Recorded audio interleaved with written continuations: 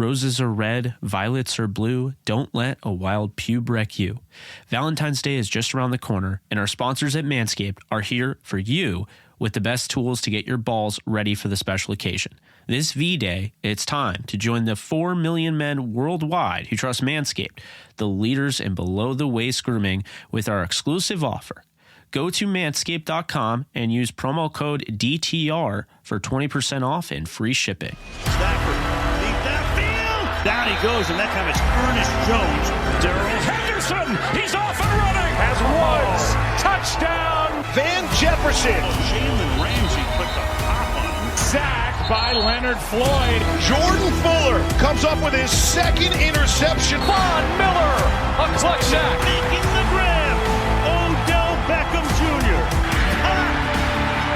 Got it. Touchdown.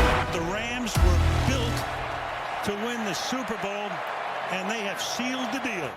All right, guys, welcome back to Downtown Rams. As always, I'm your host, Alexis Kraft, joined here with my co-host, Jake Ellenbogen. And guys, we did it. We won the Super Bowl. The Los Angeles Rams are Super Bowl champions after defeating the Cincinnati Bengals 23-20 in Los Angeles, our home stadium. It is the perfect ending to an incredible season, and Jake and I are going to break down the game as we always do. But guys, we just want to thank you all for tuning in every episode this season, going through this journey with us, the ups and the downs, the analyzing, the commentary, all that stuff all season. And it makes it so much better and so much, I don't want to say more worth it, but more rewarding that we can end the season with a Super Bowl win. Jake, we talked a lot at the beginning of the year, and you and I both predicted that the Rams would be Super Bowl champions. We had a feeling, as did many Rams fans, about this team this season. There seemed to be this type of magical energy that happened after the Stafford trade. And listen, if you listen to this podcast, you know that I was skeptical about the trade. I've been very open about that. I'm not denying that. As the season went on, I've said several times, Matthew Stafford is proving me wrong. And one of the things that I said when I was skeptical, I said, listen, this trade is only worth it if we make it to the Super Bowl. And that's exactly what we did, and we won. So all credit goes to Matthew Stafford. I'm so sorry that I thought we gave up too many picks for you. You proved me wrong, and I couldn't be happier about it.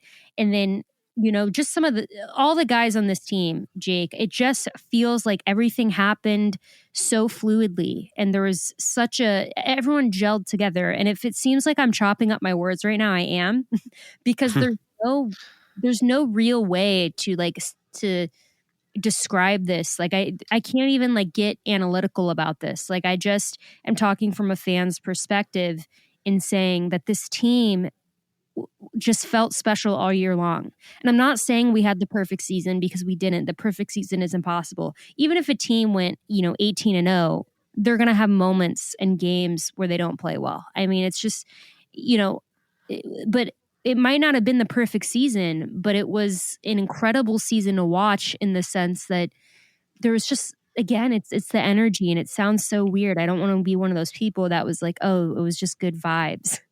But you watch Cooper Kupp, magical storybook season. Andrew Whitworth, magical storybook season. The storyline, with those guys, the storyline with Matthew Stafford, the storyline with Odell Beckham Jr. I mean, Jake, I'm going to stop myself now because I don't want to go off in a tangent. But Jake, before we get into the actual gameplay of this game, because there was good gameplay, there was bad, whatever. But in your opinion, kind of your thoughts on this Rams season and what it meant for them to win the Super Bowl. It meant everything, it meant everything to a lot of people. I think it helps our podcast. I mean, I'm not going to deny that. I think it helps the fan base, grow. You haven't had football in Los Angeles for 20 years. You're back, and you've gone to the Super Bowl now twice since you've moved there. And, it definitely does help to win, especially the way the Lakers are playing. This is definitely huge. But No, I mean, this is just, this was a fun season. Alexis is a fun team, as you know, and anybody that listens to the podcast knows I understand this sounds a little like cocky or whatever, but I mean, I'm just being honest here. My doubt never wavered. You know, when they went through that 3-game losing streak, I kept saying it's okay. And with Raheem Morris's defense, when people were saying it's not going to work, I was saying give him a chance. And then when people started saying fire Raheem Morris, I, countered that with, hey, I think he's going to turn the corner. He's going to make adjustments. And sure enough, he really did. And this is not a bend, don't break defense anymore. I mean, the way they played at that, the last 6 games would say that they were not bend, don't break. But furthermore, just Matthew Stafford, as you know, on that show, when you came on JE Live via audio and you gave your thoughts, I don't think your thoughts were like negative against Stafford. I think it was more so you were focused so much on what they gave up, how much they gave up. You felt it was too much. For me, I didn't really care because I just, I wanted Stafford for 5 years. There's a tweet that actually is out there on the interwebs that I had 5 years ago when one of my friends asked me about, I think it was Tannehill or something. And I said, no, I want Matthew Stafford. He's been a player that I've really admired for years and what he's done in Detroit. And so to go out and get him and have the season he had, and by the season he had, it's actually one of a kind. He is the only quarterback in NFL history to throw for 6,000 plus yards, 50 touchdowns, and win a Super Bowl in a full season, including playoffs. I understand he had an extra regular season game. I understand he played in the postseason. He plays 21 games, which is the most, tied for the most in the in NFL history with the Bengals, because that was the most we've ever seen in a season. But hear me out when I say this. Stafford went to a brand new team with a brand new offense, with brand new weapons, with a brand new coaching staff, and he bought in immediately. He put in the work. He played through injury. Alexis, I remember when we were on the podcast and all that arthritis talk came out and how it sounded like he was like 65% healthy. So he's playing through all these injuries. He has all of this turnover. This is so new to him. And on top of it, if you think about it, the expectations were unlike anything he had ever seen before. It wasn't like playing like at Georgia in college. I mean, it was completely different. So for him, he had never seen anything like this. And it was just great to see him. And then Cooper Kupp, you talk about a guy that has had, some really solid production, very good production. And he's been a very well-rounded receiver that has split time with Robert Woods, sharing the spotlight at the receiver position for the Rams. He tore his ACL the year they went to the Super Bowl. He was not able to compete. And so this was his chance, and he did not let it go to waste. He was the Super Bowl MVP in this game for a reason. 2 touchdowns, huge touchdowns. And furthermore, this is somebody they tried to hold all game. They tried to double him, triple him, whatever they needed to do, tried to bracket him. They tried to take him out of the game. And to be honest with you, I don't know how much he would have been utilized had Odell Beckham Jr. not gone down with a serious injury, and I hope he recovers from that. But sticking with Cooper Kupp, he stepped up when his best was required. That's when his best came out. And he capped off one of the greatest seasons any non-quarterback will, honestly, any player will ever have, because he finished with 21 games, 178 receptions, 2,425 yards, and 22 touchdowns in a season that you can really only replicate on Madden. It was incredible. It was. I mean, there are no words to describe what Cooper Kupp meant to this team. I mean, it's tough. It's tough. There's so much talent on this team, but Cooper Kupp has just absolutely been on another level, and that's really undeniable. I mean, it's one thing to have guys that contribute a lot to teams, but there's one thing to have a guy that contributes a lot to a team and gets the Triple Crown that same season. It's almost undeniable. And I think not just looking at his gameplay, but the person Cooper Kupp is, just from what you see, I don't know him personally, but from what I've seen in the media and in interviews and the way he handles himself is he just seems like such a down-to-earth, humble guy. And you just are so happy when you see guys like that have the success that they do. And speaking of guys like that, I want to bring up Aaron Donald, because Aaron Donald had himself a Super Bowl. And guess what, guys? I called that this would happen. Aaron Donald has wanted a Super Bowl since the minute he stepped into this league, and he lost a Super Bowl. And he has said when he lost that Super Bowl back in 2019 that it lit a fire in him like nothing else. He was so upset about that loss, as he should have been. He lost the Super Bowl. And I knew that when he had this opportunity, he was not going to lose this game. And you saw in the most critical moment of the game, Aaron Donald stepped up. Aaron Donald won the Super Bowl for us in that moment. Again, a Super Bowl win, any win is a collective with a group of guys, right? But that last play was Aaron Donald to win it. And that was so poetic because it couldn't have happened, I think, to anybody else. Aaron Donald has been with the Rams for a long time. Aaron Donald was with the Rams back in St. Louis. You know, Aaron Donald has been with the Rams when they weren't very good. He was with the Rams when they got good. He was with the Rams when they lost the Super Bowl, and he's been through this whole rebuilding process for the team. So for him to have stuck with the team through all of this, it was just so incredible to see him get his ring, because it was the last award that he could win, really. I mean, he's won pretty much every other award, and the media has said that, and he's said that, and all he needed was a Super Bowl ring, and he got it. So I'm so happy for him. And just, you know, we'll talk about like retirement rumors and stuff, but I'm telling you right now, I don't see it happening from him. I think Aaron Donald has a taste of what it's like now to win the Super Bowl. And I think him, just like all the other Rams, are going to want more. And listen, it's already scary what Aaron Donald has on his resume. Imagine another 6 years of that. Because I think that he's like in his prime right now, which is crazy because you could look at his entire career and you could be like, his entire career is a prime. Like, he's just been so insane. But he hasn't shown any sign of slowing down, and he finally has a team. You know, if we retain like guys, I mean, Leonard Floyd is still under contract, but say we do re-sign Vaughn and all that, you know, he has guys now, I think, around him that take the pressure off of him. In some moments, I say, because there are still a lot of times where Aaron Donald is double teamed or triple teamed. So he can't have one-on-ones every play. He's too talented, but he finally is on a defense that has all these stars, and it really opens up the opportunity for him. And he can, you know, get those chances, and he can also win Super Bowls, which is what I think every player wants. So Jake, you know, we talk about Matthew Stafford, we talk about Cooper Kupp, we talk about Aaron Donald. Let's talk about Sean McVay before we get into the game. My guy. Sean McVay has won a Super Bowl at the age of 36. The youngest to ever do it. And Sean McVay has had a lot of scrutiny from Rams fans this season, and I honestly will say rightfully so.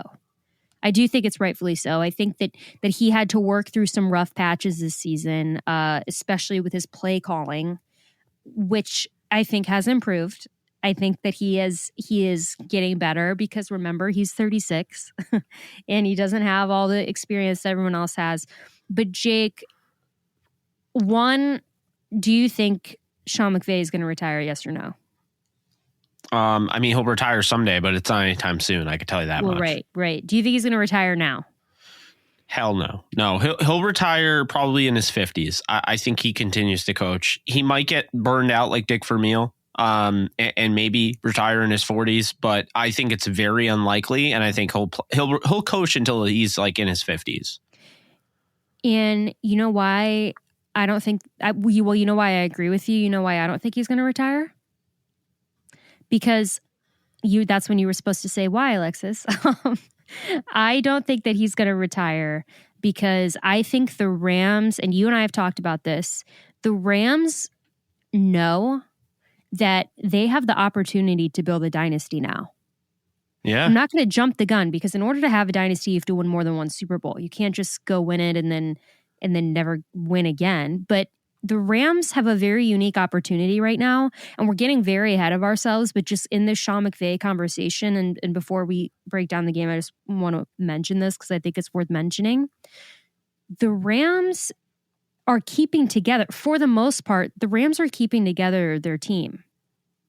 The free agent guys, you have Odell Beckham Jr., who, again, you want to talk about incredible stories, just the season he's had after the time that he had in Cleveland, just really suffering physically and mentally with the Browns, and then coming to the Rams and having the season that he did. Just absolutely incredible and just absolutely devastating. His injury in the Super Bowl, the torn ACL, I feel for him. But I do think that he is going to stay with the Rams. I really, really do. And I know you think that as well. I think that he will take a lesser deal to come back. So say we re-sign him, say we find a way to keep Von Miller that might be a little trickier, but I do think that we can figure it out. The Rams, for the most part, are having the same team. They're going to have the same coach. And those are the ingredients that you need to build a dynasty. So again, getting ahead of ourselves. I'm not saying that we have the dynasty. I'm saying that we have the opportunity to become one. I like the way you think. I've been thinking the same way. Shocker. Yeah. We both kind of have the same thought process. But that's why I don't think Sean McVay is going to retire, because I think that he's very aware of the opportunity that he has with this team. It'd be and again, that's the same thing that I think with Aaron Donald. Sorry, I'm losing my voice. That's the same thing that I think with Aaron Donald. Like, they know. They know the specialness of this team and what they're capable of. So all these retirement rumors, like, unless Aaron Donald, I've said this on every show that I've been on since this news came out, I can't make, I don't know what it's like to have a family and be in the NFL and all that. I'm sure it's really challenging. And if Aaron's decision is based off wanting to spend more time with his family, truly, then everything we're saying actually probably doesn't matter, because he has to do what's best for him personally. But I do think that he is not going to retire, because I think that he is aware of the opportunity at hand to be part of something great. And he's used the word legacy a lot. If you watch these videos after the game and talking about Sean McVay's legacy and his legacy, I think that he's very much aware of that. But Jake, do you think we should talk about the actual Super Bowl now? Yes, but one thing, break down the game. Yeah. I want to say one thing, jumping the gun here, because I'm not hearing it talked about enough. It is the first place schedule, okay? And in some cases, it's not great. You come back to life, and I do think that, on the Bengals side of things, for any Bengals fans listening to this, that could come to light next year. The Rams missed the playoffs the year after losing the Super Bowl, and the Bengals would have a first place schedule after going 10-7 with a fourth place schedule. So keep that in mind. But the Rams side of things, Alexis, this is where having a first place schedule might actually be beneficial. And here is why. Because the Rams will play the Cowboys. Sure, whatever. I think the Rams would beat the Cowboys. That's not what I'm worried about. The Packers potentially not having Aaron Rodgers don't look like a serious threat. But think about this, Alexis. Just because Aaron Rodgers leaves, if he decides to leave, and Adams leaves, it doesn't mean that the Rams no longer play the Packers because of, now they're projected not to be the first place. It's based on last year. So they would play the Packers without Rodgers and or Adams. And then you look at the Bucs. The Bucs were the first place team. So they would play the Bucs and they'd be without Tom Brady. And I think that is a big thing here that's not being talked about, because in other years, you wouldn't want that first place schedule. The Rams low key got surprisingly hosed because Tampa, while they won the Super Bowl, the Rams finished second in the NFC West last year, Alexis, and surprisingly, Tampa did not win their division. So the Rams had to play Tampa instead of New Orleans. Yeah, I agree. It is something to keep an eye out for. And like I said, I think the Rams have a very good opportunity going into next season. But all right, let's talk about the game. The Super Bowl, the biggest game that there is. The Rams played the Super Bowl at home in Los Angeles. Very special opportunity. Jake, the game started out actually very close. The first couple of drives, very low scoring game. I thought our defense came out of the gate swinging. The first real bit of action in this game was Odell Beckham's touchdown, which was incredible. I mean, it was just like a classic broke the Odell seal Beckham catch. Like, broke wasn't the it? seal. Sean McVay had only had 3 points in a Super Bowl until he did that. That is true. That is true. And Odell Beckham, beautiful throw from Matthew Stafford, right over, gave him the chance to go up and get it, which is exactly what he did. And I think every football fan was happy to see Odell Beckham get a Super Bowl touchdown. Like, it was just, we just were so happy for him, knowing everything he's been through. And I'm actually literally watching a clip of it right now. Did you bet on him to score? Yeah, no, yes. Okay. I can go back and look. I just did Prize Picks. I think they had an Odell Beckham. Yeah, I think they had like a 0.5 touchdowns on Prize Picks. But real quick, remember what I did? I just did the over on 1 touchdown for Cooper Kupp. Remember? Oh, you did. That's right. You were so ballsy on that. Yep, I was. You were so ballsy on that. We'll get to his touchdown later, but I hit on that. I just realized that. Yeah. Because I was like, wait, you do realize if he gets 1 touchdown, you don't win that. You just push. And you're like, yeah, I know. Right. Yeah, I know. I definitely made money on that. But anyway, back to Odell Beckham's touchdown, first touchdown of the game. Jake, I want to talk about, so it's weird because I want you to talk about 2 things. So I want to talk about that touchdown. And then I also want to talk about what happened right after that touchdown, which I don't want to bring this up. But Jalen Ramsey got cooked by Jamar Chase. And I'm laughing because it's okay because we won. Yeah, you got to bring it up. And it sucks because you and I both love Jamar Chase. I mean, we obviously love Jalen too because he's on our team. Yeah. But we saw like 2 incredible touchdowns. Like, if you look at, I'm looking at the timestamp here. Like Odell Beckham Jr. Got a touchdown like at 5:51 my time, and then that play happened at 6:08. So with like commercials and stuff, it was like pretty close together, and so we just saw 2 amazing catches from Odell Beckham and Jamar Chase. Jake, what were your thoughts on both of those plays? Well, I mean, credit to I got to give credit to Mike Hilton. That's just an incredibly thrown football, but I don't feel like he had poor coverage on that. And this is somebody coming in. If you remember, I was very adamant that he was the best nickel in the game. I still believe that. And I thought, they had no answer for Odell. It was really unfortunate for him to go down with the injury because I really feel like the game's completely different. The Rams probably win by more than 3. But on the other side, the Jamar Chase catch, that was a one-handed catch, man. That was an incredibly difficult catch to make. And Jalen, when he gets beat because he doesn't get beat very often. But when he gets beat, he is about to fall to the ground. And we saw that again. Once again, he slipped and Jamar Chase caught it. And, Burrow just put it right where it needed to be. It was a beautiful throw as well. Yeah. It was just that catch by Chase was one of those moments where because to start off the game, the Bengals, like I said, it started off really slow for the Rams and the Bengals. And I was kind of I had this feeling in my stomach that Jamar Chase was going to show himself soon. And he did with arguably the best catch of the game. I'm pretty sure it was off the top of my head. And that was tough to see because I just felt like once that happened, the Bengals were going to get confidence. But then guess what? The Rams literally, again, I'm looking at the timestamp, not far after that, we had a touchdown to Cooper Kupp because, of course, like I said, I took the over on 1 touchdown from Cooper Kupp. Ballsy. And listen, how could you not? How could you not bet on Kupp after 2 touchdowns though? You're a freak. Well, listen, I knew that was going to happen. I just, and especially,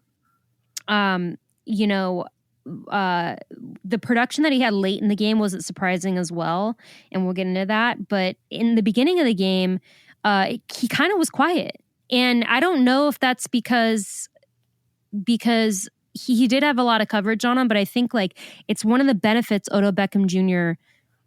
brings, and kind of like one of the downfalls is that Cooper Kupp might not get as many targets, but like who cares? Look at the season he's had. Like it clearly doesn't matter. But Jake, I want to talk about, I'm going through this game kind of like chronologically because it's the Super Bowl. We don't normally like do this style. But Jake, what do you think about how the Bengals defense played? Because when I look back on this game and I look at our offense, especially after Odell Beckham got hurt, but I don't want to say just after that, because I do think losing Odell was such a huge loss for us. I mean, I think if you're watching the game, you have to understand, after we lost Odell Beckham Jr., we had Cooper Kupp and basically second and third stringers. So what do you think the Bengals defense, do you think that they played well against us, or do you think our offense was just playing poorly?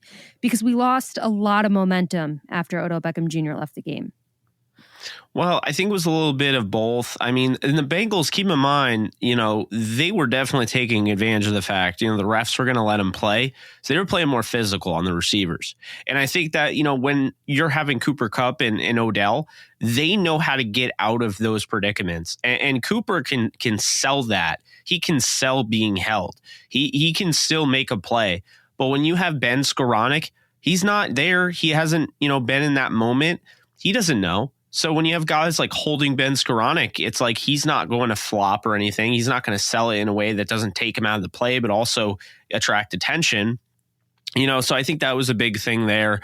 Van Jefferson, unfortunately, wasn't his best when his best was required. However, a guy that was Bryson Hopkins. And, the Rams actually put him out wide. And in some cases, he looked like the better receiver than, everyone except for Kupp at times. So, he was really good. They got some great contribution out of my guy, Darrell Henderson, who I know, but, I've been saying that this guy can help you in pass pro. This guy can help you in the receiving game. He can run the football. He needs to be utilized in this game. He's not just being brought back off of IR right before this game after missing all those games to just sit there. And I surprisingly, Sony Michel really did just sit there. I mean, for the most part, he didn't have a huge role. But I mean, it was pretty evident. And what was great about this is that it really just shows how great Stafford truly is, because you can give him all the flack you want in the world during the game and how they continue to 3 and out and they're not extending these drives and whatnot. But instead of him forcing it and just giving up on his team, giving up on Skoranek after the interception, he goes right back to him. Giving up on Van Jefferson after not helping him out, throwing that arm punt and giving him an opportunity to go up and play the ball, he keeps throwing back to him. He didn't just focus on Kupp. And I think that is what separates him from other quarterbacks in this moment who would have just been like, all right, this is horrifying. I need to dump this thing off to my guy Kupp. We have this connection. He'll bail me out. He really tried to spread the ball out. Stafford's first 6 throws of the game were 6 different targets. I mean, that's incredible. So, when Odell goes down, now all of their game plan was to take Kupp out of the game, and it wasn't going to work for them if Odell was healthy. But since he goes down, you're right. I mean, they were down to the bottom of the barrel of their roster, and Van Jefferson, while it was 2 weeks, he still, I think, was playing a little bit banged up. He didn't look as confident. He is an 800-yard receiver in his own right in his second season, but he wasn't great in this game. Let's call it like it is. But Bryson Hopkins was. And I think the real bummer here about these injuries, and man, the football gods need to lay off because it was ridiculous. But Alexis, your guy, Kendall Bland, this was his moment to shine. He shined, and he's a big reason why they played in this game because of what he was able to do in the NFC title game. But he got hurt so early on. You just have to feel for these guys. They put all this work and all this time and effort. Odell goes down. You just hate to see it. It's a second ACL tear, same ACL. It's just, I think it's a second ACL tear in 14 months. And then Kendall Blanton goes down and he's on the sidelines just dejected because this game, like when they showed him on the sidelines, when they finally pointed out why he wasn't in the game, like you could see the look on his face. They're losing. He feels like he can't, he's powerless. And so just that moment, it hurts. But to have a guy like, Bryson Hopkins, who hasn't even had 100 snaps in his career, he's had one catch for 9 yards, which actually came against Seattle in December. That's his only catch of his career. To see him step up and be the best he could be when his best was required, that was thrilling to me. That was honestly part of what I enjoyed the most about the Super Bowl, because I love when the next man up mentality comes through in a big way. I loved watching Blanton probably more than anybody last week, the NFC title game. I loved watching Nick Scott. I loved watching Trayvon Howard make the interception. But there was something about watching the guy that I loved in the draft, in Bryson Hopkins, make those plays, chain moving plays, key plays, and 4 catches over 40 yards. Just that's what I'm talking about. And once again, that's also Stafford for having the trust he has. And no matter who is wearing a Rams jersey and horns on their helmet, he's going to throw to him.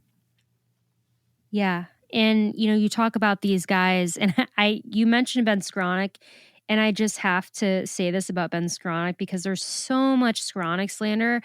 And listen, I understand that he made a lot of bad plays, but what people need to put in perspective is Skowronek has been forced to be put in a position that he is not used to. This is not the type of receiver he is. He is not Cooper Kupp. He's not Robert Woods. He's not a quick, speedy receiver. If you go watch Ben Skowronek highlights on YouTube, Ben Skowronek's role is a red zone threat. He is incredible one-on-one with the receiver, jump ball in the end zone. He is so good at that. That is literally what he is for. And he's good at that. And then he did have some plays in college where he was literally a running back. So he's somewhat like Cooper Kupp in that aspect. But if you want Ben Skowronek to be successful, you can't have him running the routes that the Rams are having him running. And I think that the Rams know that, but I think we literally were just down so bad at the receiver position that we had to have Ben Skowronek out there kind of playing a role he's not used to. So I just asked Rams fans, actually go watch Ben Skowronek tape and understand what his role is before you want to get on Twitter and are Ben Skowronek sucks. You really don't understand. And I'm not just saying that because he's a Notre Dame guy, but you understand that we're having a special teams guy out there playing wide receiver 2 and 3, which he's not intended for. And if he is intended for that position, it's literally him in the end zone, one-on-one versus a corner, catching the ball. I mean, you can go find 20 plus minutes of tape of Ben Skowronek scoring touchdowns doing that. I kind of felt bad for him actually, because you can tell when he's out there, he doesn't understand what he's doing. Jake brings up the point earlier, he probably could have sold a little bit more on some of the plays, but he doesn't know to do that because he's never in that position. It's not, he should probably get a little bit more experience at that. But then you talk about him and you talk about Bryson Hopkins. And listen, Bryson Hopkins is a guy who I think in the Rams' eyes kind of fell down the depth chart. Oh, big time. There was a lot of everyone jumped him. Everyone. Well, and he was inactive. He was healthy and active for a lot of games. Yeah. And you saw them draft Jacob Harris, which a lot of people were okay, so if they're drafting Jacob Harris, this means they might not have liked what they saw from Bryson Hopkins last season in his rookie year. And they might not be liking what they see in practice when he's in a healthy and active. So Bryson Hopkins needed this, I think. I think he needed this not only for us fans, not only for himself, but for the Rams. I think the Rams, after seeing what guys like him and Kendall Blanton can contribute, that's major for them. That's major for our tight end room, because Tyler Higbee is obviously tight end number 1, but I don't know that there's actually a tight end number 2 is solidified right now on the Rams. I don't, because I think. I'll just say this real quick, Alexis. Sorry to interrupt you. With the Super Bowl, I don't think we realized, actually, these playoffs, I don't think we realized how much depth there truly is at tight end. Just when you have players that are backups, that doesn't mean you have depth, proven depth. And I feel like Blanton is proven, in my opinion, to come in a moment's notice, in a big moment, and actually make plays. He's already proven that. And now Hopkins on the grandest stage of them all, 4 catches over 40 yards, one of the leading receivers. That is going to carry over, Alexis. And, that is one position where all of a sudden you go from, the tight ends are pretty good. I love Higbee. Some of the other guys definitely are there and they have some upside, but, we'll see. To now, okay, they're deep. And whether they want to play Jacob Harris there or not, I mean, they got a lot of bodies that they can really use, and they've already been battle testing in key moments. Prize Picks is the best app you've never heard of. You can choose between stars from all sports, 2, 3, 4, or even 5 players to increase how much money you win. Join Prize Picks today by using our promo code DTRAMS and get a double deposit on your first deposit when signing up with Prize Picks. The holidays went by so quickly. Did you remember to take care of your package with the best tools for the job? The Performance Package 4.0 from Manscaped is just the thing every guy needs in their life to make each and every day just a little more special. The number one product in this package is the Lawnmower 4.0. This electric trimmer is designed to trim hair on loose skin, and get this, the trimmer's advanced skin-safe technology reduces cuts and nicks on your delicate balls. It even has a 4000K LED spotlight, so you can shave anywhere your heart desires. Did I mention that it's waterproof too? This package also includes the Weed Whacker, nose and ear hair trimmer to whack all the worst of your weeds. Manscaped even threw in 2 free gifts, their Shed travel bag and anti-chafing boxer briefs to keep your boys stored comfortably. To complete the perfect package for your package, our liquid formulations like the Crop Preserver Ball Deodorant and Crop Reviver Ball Toner start your day off with the deodorant for your boys, and then stay cool all day with toner to keep you feeling your best all day and night. Don't forget to smell good, not only around your balls, but all over. Made their signature scent, the Manscaped Refined Cologne will complement your collection with smell perfection. Manscaped created their products for a night just like this and will make your V-Day date say, wow, great set of balls you have there. Go to manscaped.com for our exclusive offer of 20% off and free shipping when you use the promo code DTR. Your balls and lady will thank you. Yeah, I mean, if you think about it, the receiving room is just insane. I mean, Cooper Kupp, Robert Woods, Odell Beckham Jr. if he comes back, Van Jefferson, Tyler Higbee, Bryson Hopkins, Kendall Blanton, Jacob Harris. Take your pick. I mean, I guess you could also add Tutu Atwell and Ben Skowronek. Whatever. But I just think that it's insane. It's insane. And it's always a good problem to have too much depth. I'd rather have this problem than be searching for guys. And I think that that's really good for the Rams. But Jake, back to the Super Bowl. You mentioned Ben Skowronek stepping up. He came in, made a couple good plays. Towards the end of the second half, I think the Rams started to I feel like there was a momentum shift after Odell Beckham got hurt, and I don't know if you agree with me. I just felt like the offense just had a lot of drives where they looked super uncomfortable, and they were dejected after that. They were, dejected and uncomfortable, and I think Sean McVay wasn't really quite sure what to do. But after halftime is when the play happens. Well, first off, okay. You and I don't have to reiterate this. This is the T. Higgins touchdown. And anyone who watched the game knows it was absolutely infuriating because T. Higgins got away with the face mask on Jalen Ramsey, and it was a touchdown. Unreal. It was unreal. And if we had lost the game, I know that Rams fans would have been talking about this for eons. So I mean, that's very simply put.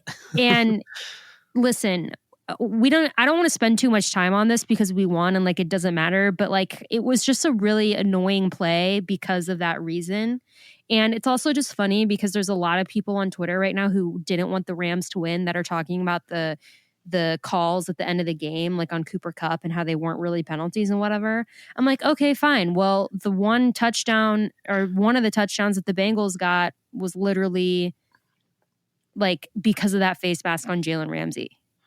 So yeah, well, I mean, and I don't even the disagree calls are with ridiculous. Yeah, I mean, if you're gonna, like you've always said, don't be in a position to let the calls beat you. Don't put yourself in that position. If you're in a close game where now the officials can actually, dictate, if you win the game or not, that was your fault for putting yourself in that spot.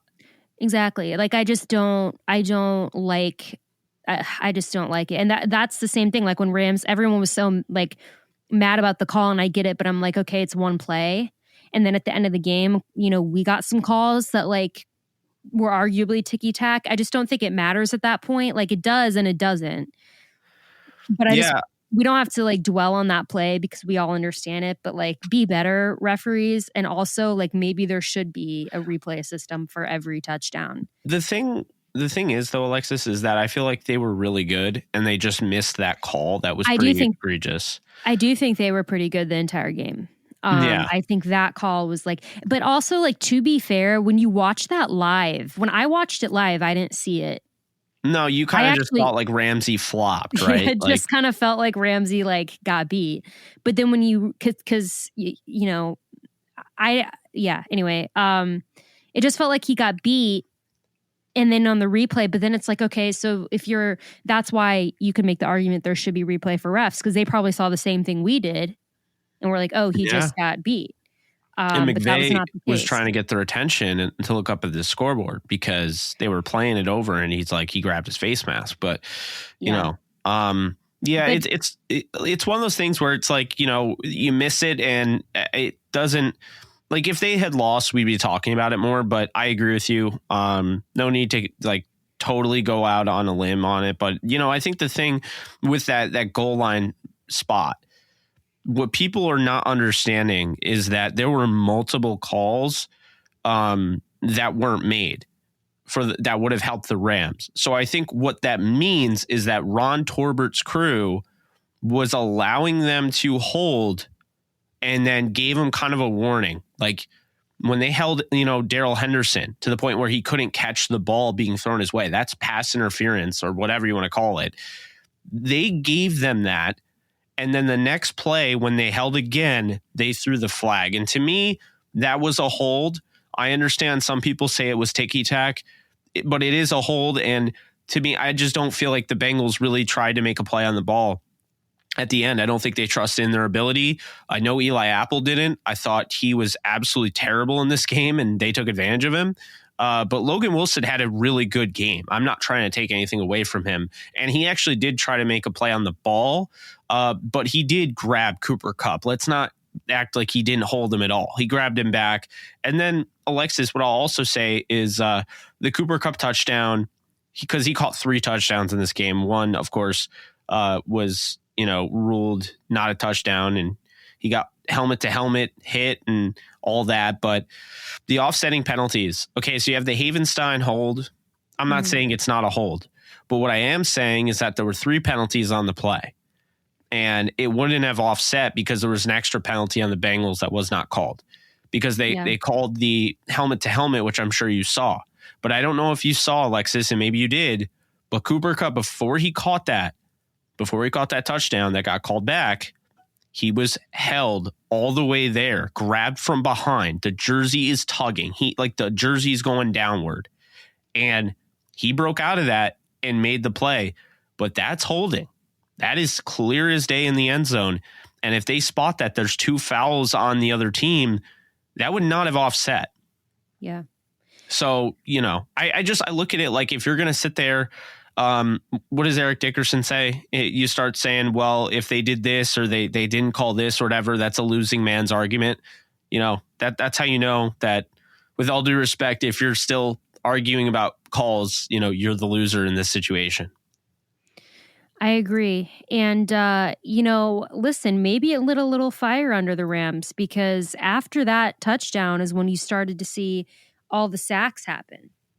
Because listen, something I said and I think a lot of people said about this game, is that the Rams defensive line was like, should obliterate the Bengals offensive line. Like, the Bengals offensive line is terrible. That is like not even an objective fact. Like that is like statistically, like the Bengals offensive line. I mean, but Joe Burrow got sacked 9 times against the Titans in the playoffs. That is unreal for a playoff game. He got sacked more times than anybody in the history of the playoffs. Yeah. I mean, their line, and honestly, it was a little infuriating that it took until the second half for us to get those sacks. Yeah. Like it was like, I remember thinking the whole game, I was like, there's no reason that we should not just be sacking the entire living hell out of him the entire game. But finally in the second half. You do remember though, when I texted you, I said, yeah, but they're getting rid of the ball too quickly. And it's one of those things, like that was their game plan coming in. They believed that their offensive line was not good enough. Well, and exactly what happened is in, Blaine from Downtown Rams put out an article and asked us for some paragraphs. And one of the things I said before the Super Bowl in my paragraph in the article for Downtown Rams, I said in the second half, I think the offensive line is going to get worn down. Which it did. And that's literally what happened. And what happened is we finally, and they put up a valiant fight. Listen, I give them credit. I do give them credit because I think we should have broken them down way earlier. I was upset that we didn't break them down way earlier because I think we should have. I don't understand how they lasted that long. But we finally started to break them down. And that's when you started to see the sacks coming in. You saw, Aaron Donald have a couple. Ernest Jones ended up getting a sack. Von Miller got a sack. And finally, all these sacks start coming in. And guys, I mean this when I say this. The Rams defense won us the Super Bowl. I mean, yeah. The Rams defense absolutely won us this game because our offense really did not play that well for the vast majority of the game, I'll say. I don't think our offense played well. I think they started off hot.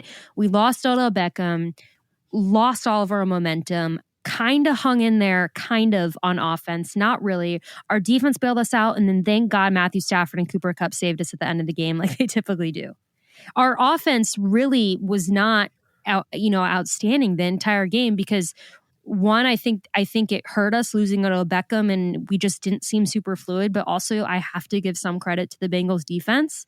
I thought they played very well this game. I think this game was a battle of the defenses and our defense ended up winning it for us. I mean, you look at this game, they started sacking Burrow and that was really when I think the momentum shifted. And then, Jake, I want to hear your thoughts on how our defense played, actually, before I get into what happened at the end of the game. But just looking at our defense, and I know, you just said this and you said this, that, you agree with me on them winning us the game. But what do you think it means for this Rams team to have a defense that is just so solid and that we can rely on?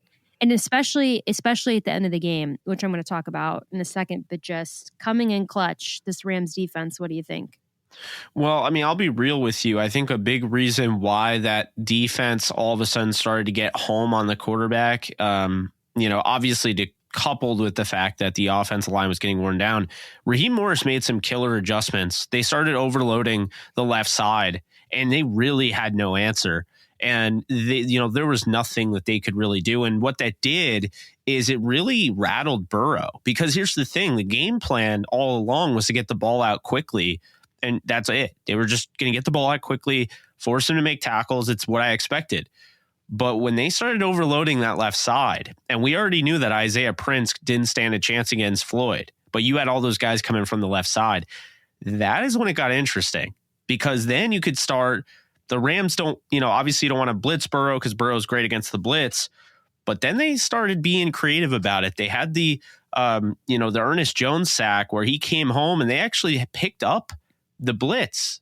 Joe Mixon hit him in the leg and he still stayed on his feet and got after the quarterback. They did a lot of that. And I think that's a big thing there, that, making adjustments in the Super Bowl. It's one thing that the Rams really didn't do on the offensive side the first Super Bowl, against the Patriots in the 2018-19 season. And so it was nice to see adjustments being made. And keep this in mind, Alexis, I understand 13-10 isn't like super high scoring, but it sure felt like it was going to be more of a high scoring game. And the over, which was 48.5, I believe, was definitely going to be hit. At halftime, you felt like they were going to come out, whatever, but Then it obviously it takes off. First play of that half, the third quarter, whatever. T. Higgins 75-yard touchdown. We talked about that. They get a field goal in the third quarter with 10 minutes to go, and we're thinking, okay, 20-13.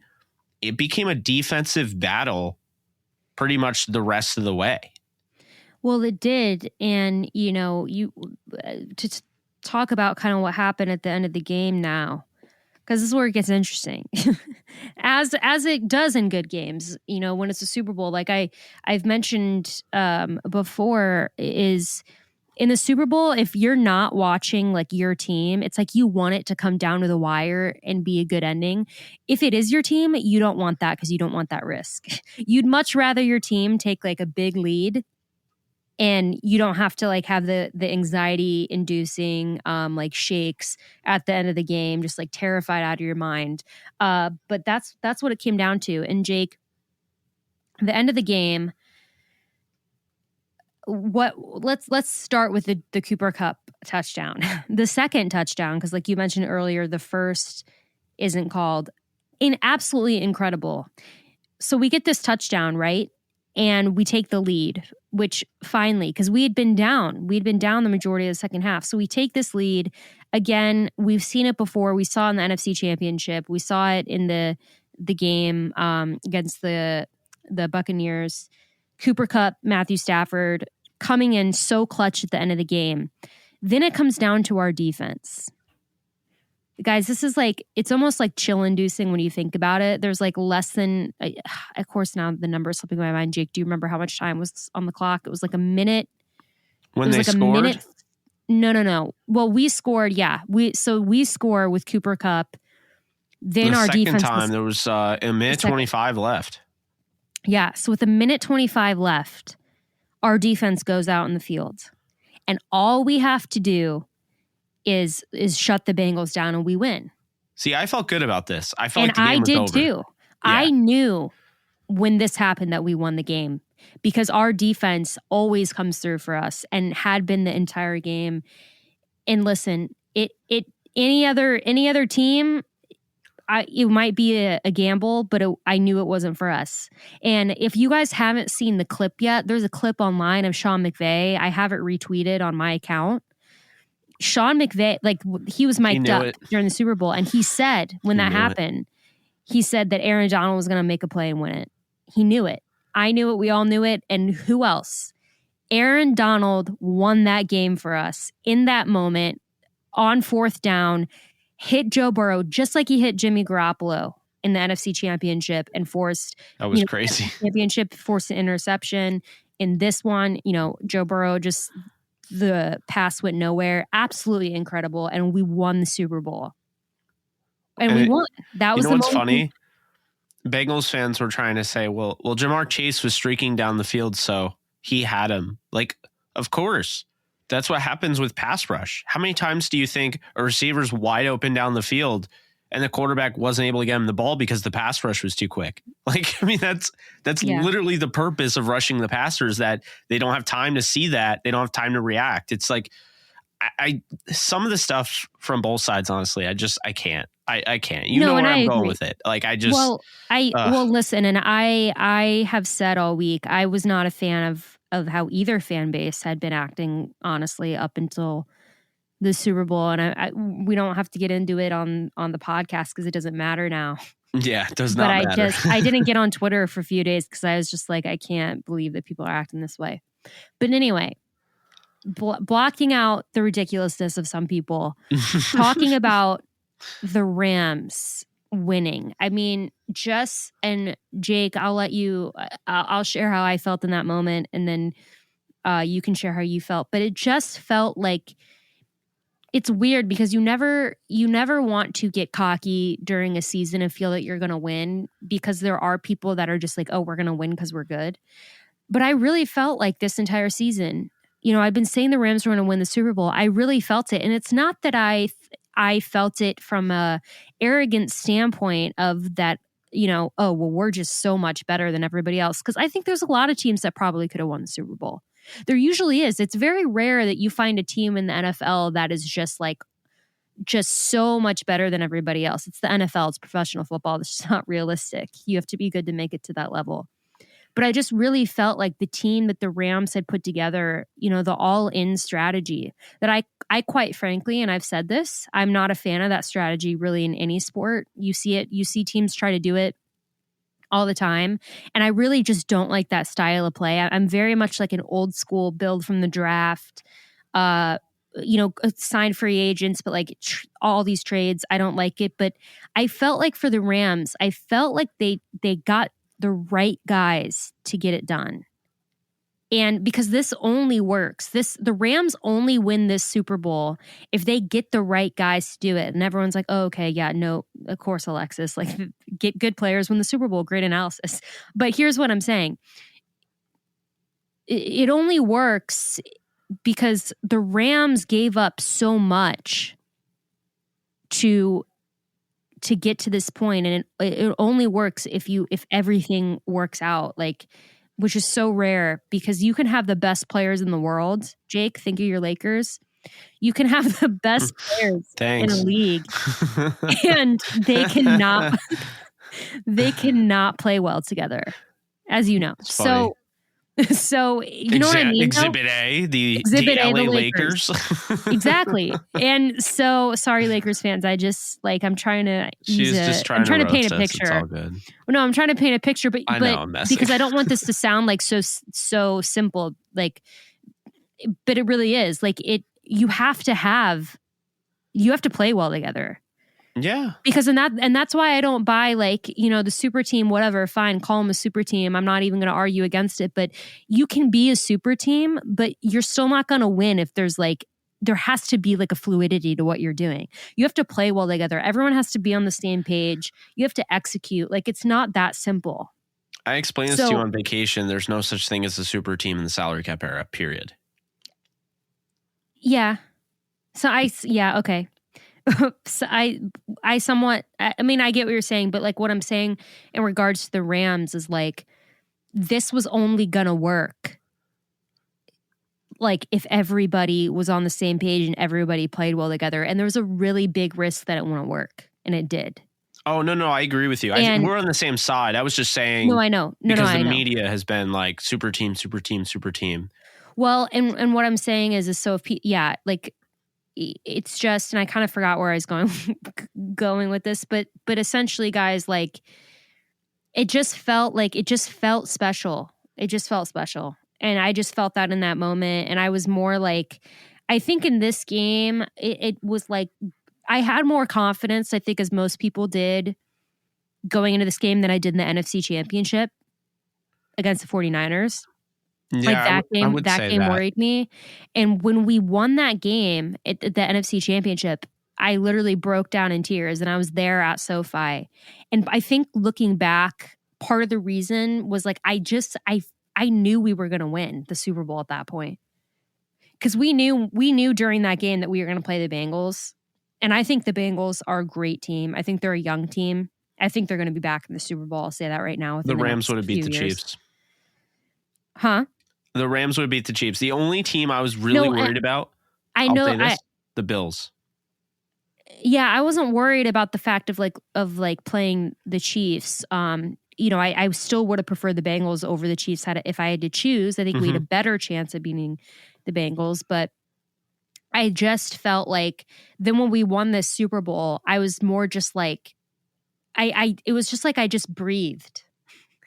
It felt natural. I just felt like it was really our year. And that was I just did a really bad way of explaining how I felt when we won the Super Bowl. I went off on a tangent there. And because again, there's so many thoughts, and I feel this episode is there's really no way to kind of articulate the magic of this season. There's really no way to kind of articulate what's been done. And I hope that we have this again, but at the same time, every season is so different. And I think this particular season, there's just so many amazing storylines from Matthew Stafford to Whitworth to Odell Beckham Jr. to Cooper Kupp. I mean, take your pick. So I just felt right when we won. Jake, what was it like for you?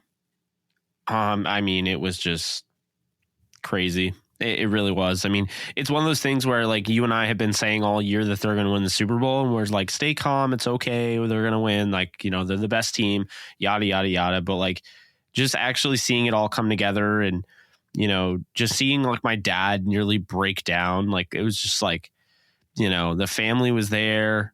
The only person that was there that I really would have wanted was you. I mean, that's the thing is that, you know, and your party, you had like a little Super Bowl party. Yeah, it was a small one. You know, as my dad said, it's not a Super Bowl party. It's the people that I want to watch the Super Bowl with. And so, you know, we kept it relatively small. And I mean, it was great, you know, but I definitely think we'll get an opportunity because I think this team is going to be in multiple Super Bowls for years to come because I don't think Sean McVay is going anywhere. And I think, you know, people were so quick to compare him to John Gruden because I understand he comes from that coaching tree and just like the way he, you know, everyone was like, he's a young John Gruden. But I always felt, and maybe I'm the only one, but I don't know. I always felt like, no, he's better than John Gruden. I feel like he's the next Belichick. And you're talking dynasty. I'm talking dynasty. We're on the same page here. You know, the biggest question that I have, because there's not really a ton of questions that I can really have answered when there's no offseason yet. The biggest question that remains to me is if Stafford, how long Stafford plays or whatever, is that 2024 pick for an established veteran? Do they go out and get a guy like Derwin James? Or does the 2024 first round pick end up being the next Aaron Rodgers for this team to the Brett Favre? That is what I'm curious with, because I could see the Rams saying, you know what, screw it. We're going to continue to roll with Stafford. We're not going to develop a quarterback. We're just going to make sure we have the best roster around him, and we'll cross the bridge when we cross it. But I could also see them being like, well, McVay does really well with quarterbacks, can develop quarterbacks. Let's get this guy to sit behind Stafford for. But the problem is like you just don't know how long he's going to continue to play. Well, you also don't like know. Yeah, it just I think depends on the quarterback class that year. You know what I mean? Yeah. Because if there's a lot of really, really good quarterbacks in that class, then I could see that happening. But if there's no one that's like really worth it, and especially if the Rams are still playing well, that means like a late first round pick. So I think it just depends. But yeah, I mean, again, we are getting ahead of ourselves. Like I said, you got to win 2 for that conversation to start happening. But yeah, but you've been in, you know, 2 of the last 4 years or whatever, 2 of the last 5. Mm-hmm. I mean, you know, the only other team that's done that is Kansas City, and both teams are 1-1. You never know it because Kansas City gets talked about like they've been in 5. Right.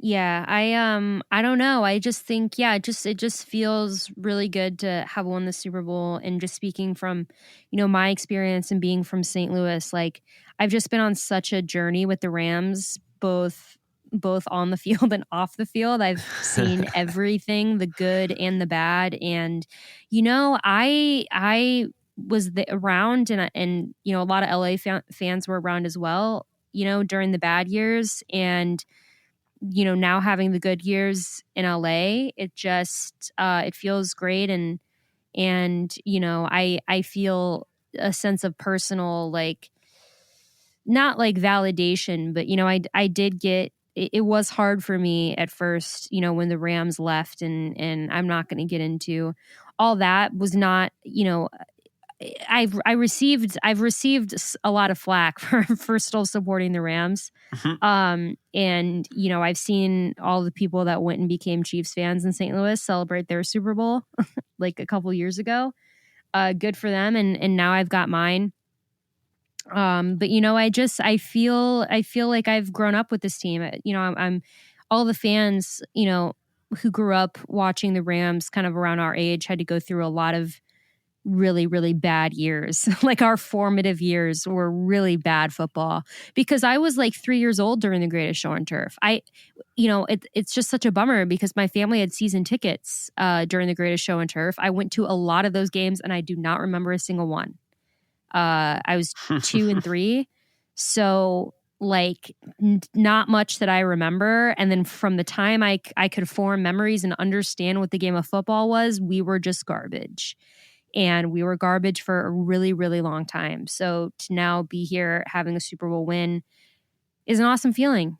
And I know that you feel the same. But guys, just want to thank you for sticking around with us this season and listening to our podcast. It means so much to us, and I'll let Jake, say his piece, but I really have had a fun time recording these episodes and hearing your feedback throughout this season, with a good season where the Rams are playing well.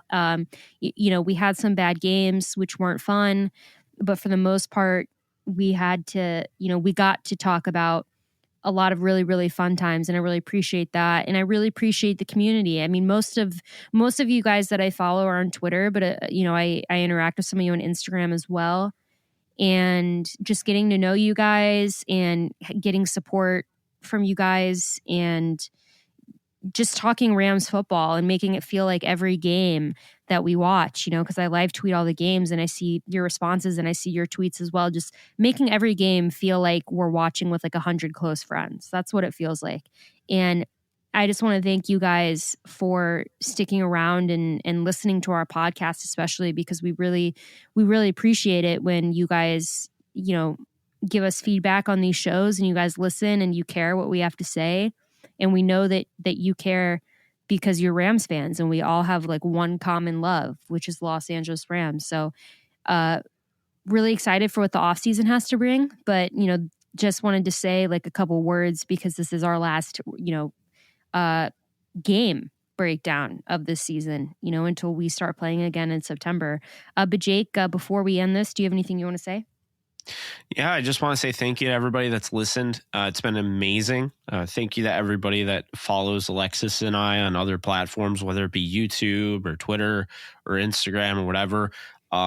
It's really cool because, we got together doing this 3 years ago, and you're sure that the podcast had been here, but I really feel like Alexis took this thing to the next level, and I can't thank her enough. And it's awesome because if you think about it, and Alexis knows this, when we started, when we actually became friends and we started working together, that was after the Rams' first Super Bowl loss, with Sean McVay. So it's really cool to see it all come full circle in just 3 years, but there's just so much more to go with it. And, we're really excited to cover this team for you guys. We're really excited to bring you guys what we hope to be your number one Rams podcast.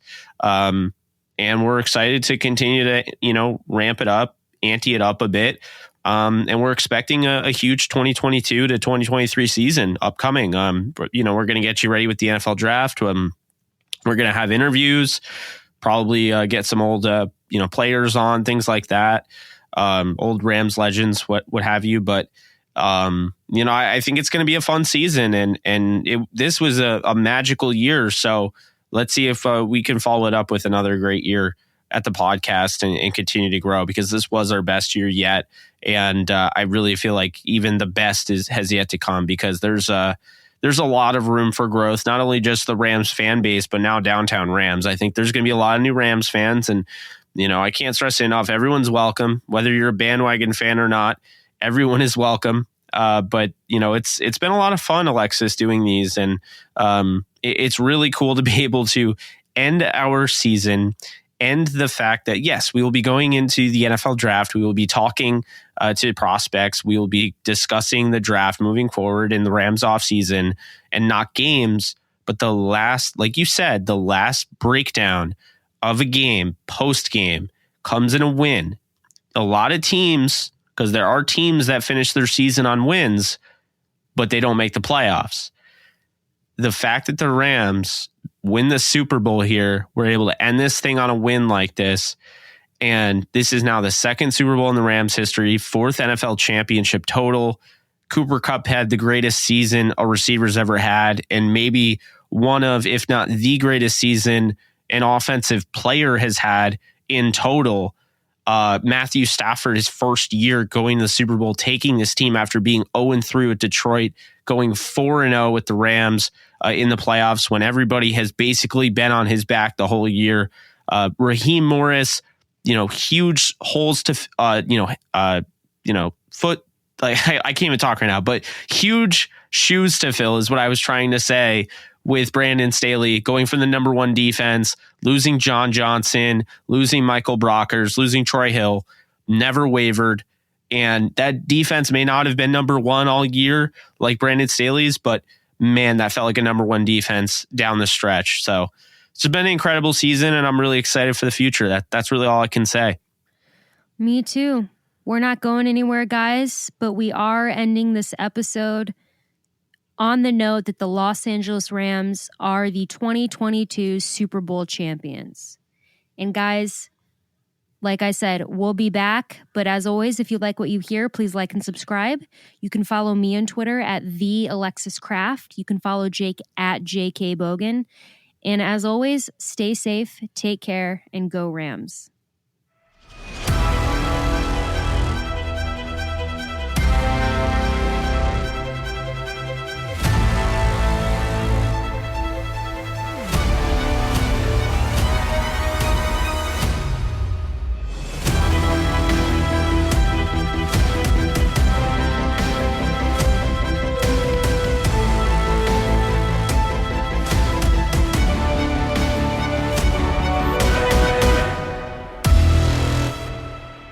Get 20% off and free shipping with the code DTR at manscaped.com.